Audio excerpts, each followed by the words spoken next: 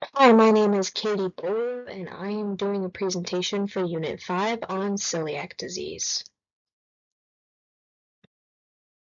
I wanted to go in depth a little bit about what celiac disease is. And so, as you can see, this little picture here kind of shows the difference between a healthy intestine and someone with celiac disease. You can see that there's an obvious difference, and that will be explained in just a second.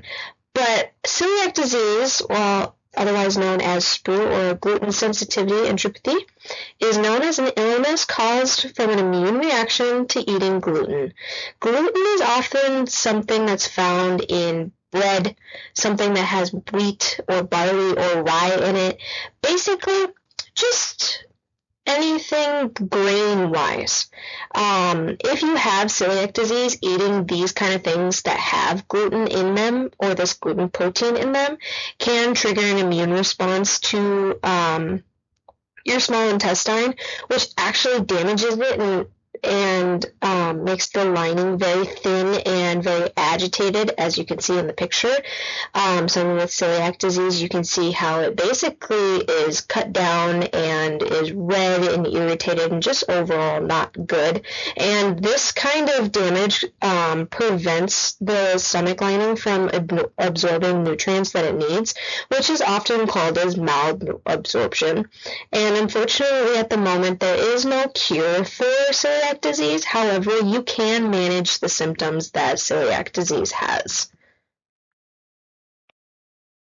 So these are common symptoms of celiac disease. You can see that included is diarrhea, fatigue, weight loss, bloating, and gas, abdominal pain, nausea, and vomiting, and constipation. And in this little picture next to it, I included some other symptoms that happen in women specifically, such as like infertility, possible miscarriage, and the possibility of early menopause.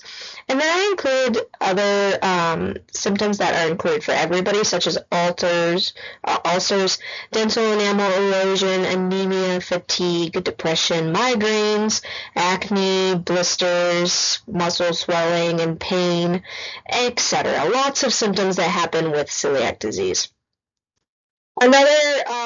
This other slide shows more symptoms of celiac disease that I kind of described, but in a little bit more in depth, such as the anemia, the bone loss density, itchy skin, rashes, mouth ulcers, again, like I mentioned, headaches, fatigue, again, nervous system injury, joint pain, reduced function of your spleen, and liver enzymes, or elevated liver enzymes.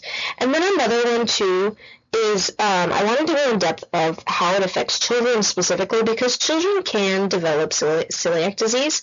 And according to the Mayo Clinic, children with celiac disease are more likely than adults to have higher digestive problems. And these symptoms for these digestive problems include basically the same thing as adults, such as nausea, vomiting, chronic diarrhea, swollen belly, constipation, gas, and pale, foul-smelling stools. And so, again, it confirms that children can get celiac disease, and their symptoms are pretty much the same, but it just increases the chances of them having a higher issue with their digestive tract. So I wanted to go in depth of what celiac disease is versus gluten intolerance, because they're mostly different. A lot of people will try and say that they have gluten intolerance and think, oh, I have celiac disease.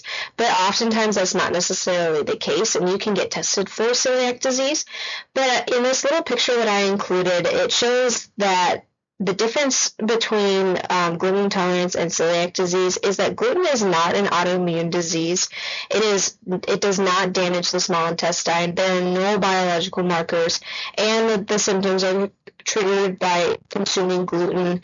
And the best way to treat this gluten intolerance is just by not having gluten or having a gluten-free diet.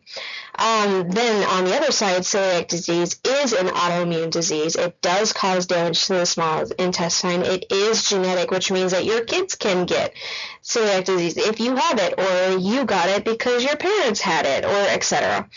And then, like the gluten intolerance, these symptoms are triggered by consuming gluten, and they can be treated by having a gluten-free diet. So that's where people a lot of the time think that they're the same thing, but they're actually not. Something by Bethany M. Doeffler, which is an RDN, shows that celiac disease simply is just an autoimmune disorder, whereas gluten intolerance is purely just a sensitivity. And so I hope that all of those kind of helped you be able to see what celiac disease is versus what a gluten intolerance is. And here are my sources. So thank you so much for joining me, and have a great day. Bye.